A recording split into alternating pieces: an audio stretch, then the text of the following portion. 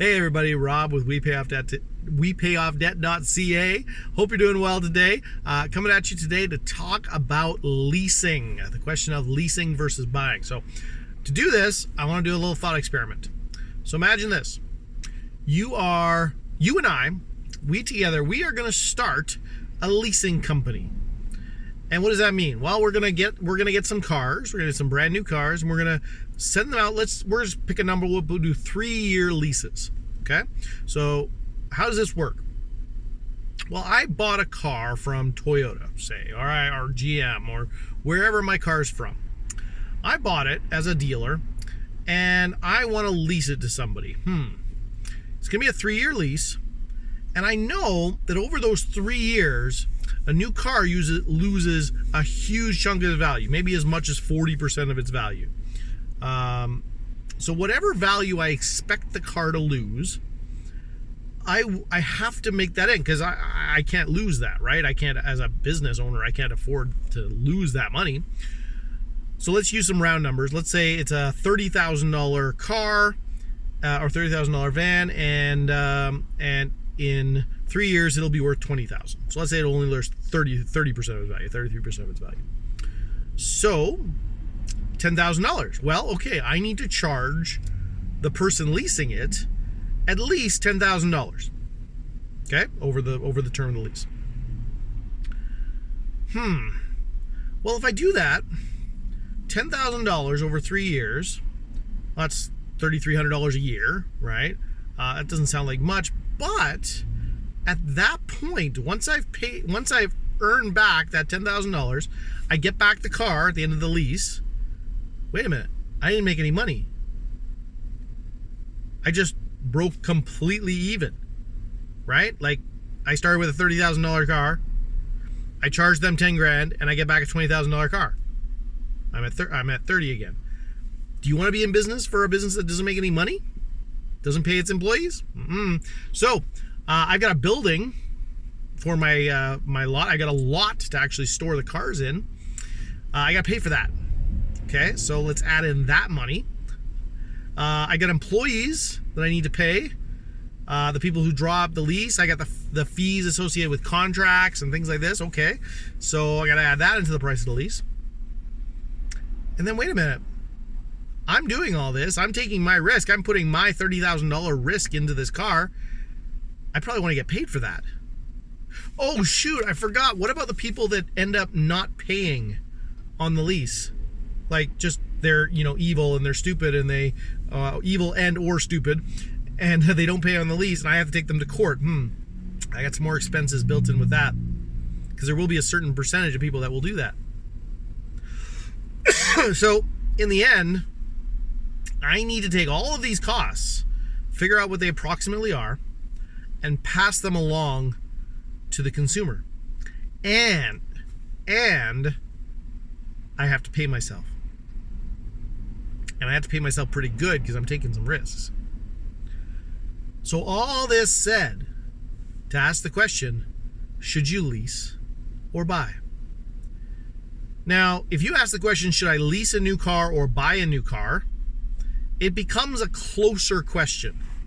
Because if you buy a new car, usually they actually, if you look closely, they discount the lease price, right, compared to the buy price. The buy price is up here, the lease price is down here. And so it becomes more of a question. But the bigger question is, should you lease a new car or buy a used car? And the answer, completely, 100% of the time, buy a used car. When you buy a new car, you take a massive hit on depreciation. Massive hit. Start Googling a little bit how much depreciation you will. So my example, van I'm in right now, we bought this thing as a family for $32,000. 5 years later, it was worth $17,000. I want you to think about that. That's $15,000, almost half the value, gone in 5 years.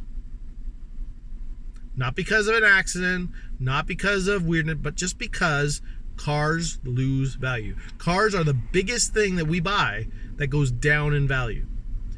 And so when you buy a new car, it loses almost all of its value the second you drive it off the lot. The biggest accidents happen as you drive off the lot when you buy a new car. It is a massive accident that costs you a lot of money. Just the act of driving off the lot. So, the answer, should we lease? No. Because leasing automatically means you have to work in all those added expenses you're paying for. You never win.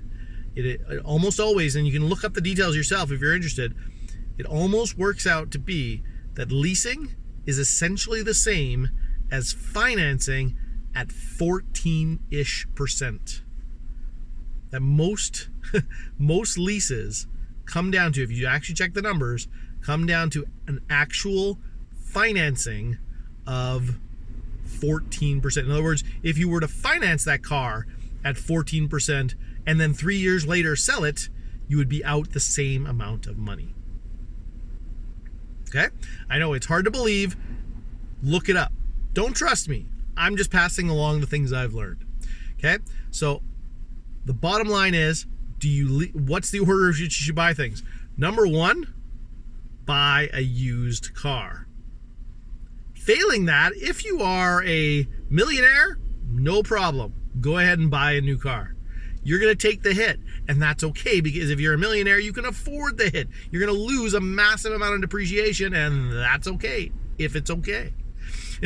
If, like for me, when I lost $15,000 on this vehicle, I'm not in a place to absorb $15,000. Buying this thing, we bought this thing new. That was stupid. And we financed it. It would have been even more stupid to do it on a lease. Okay, that's the bottom. Buy a used car, buy a new car, lease.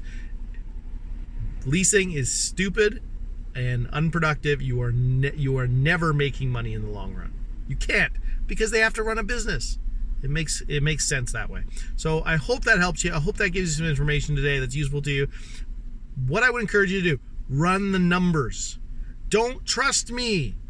Be willing to run the numbers. And I challenge you, shoot me an email, rob@WePayOffDebt.ca, and let me know your numbers. I would love to help you really compare apples to apples.